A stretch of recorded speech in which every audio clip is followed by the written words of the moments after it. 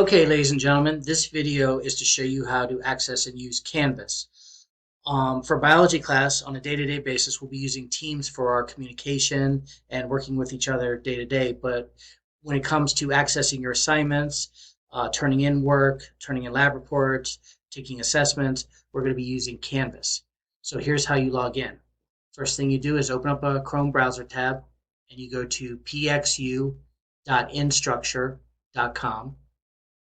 Please make sure and spell Instructure correctly. Your login is your student email account, the same one you use to log into Teams. So, for example, that. And your password is your student password that you log into Teams and everything else. For example, one capital PU, dot, dot, dot. Okay.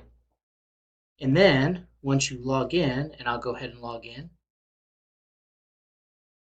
you will see a bunch of tiles. Those of your teachers that use Canvas will have a tile for each class. I'll go ahead and pick mine.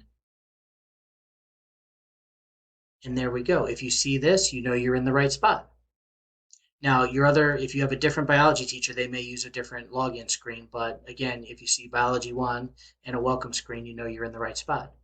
So over here on the left, there's different things you can access. For right now, you only have to worry about announcements.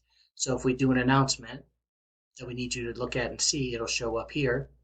If we give you an assignment, the assignment will show up here. And there's a bunch of assignments because this is my class from last year, but they'll be grouped by unit and you'll be able to go in and see those. And you'll also, if you go back home, there'll be a to-do list on the top right. So here it says coming up. You'll be able to see the things that are coming up in all your classes that use Canvas. And you just go ahead and work on those and finish them as you need. Okay. And that's how you log into Canvas.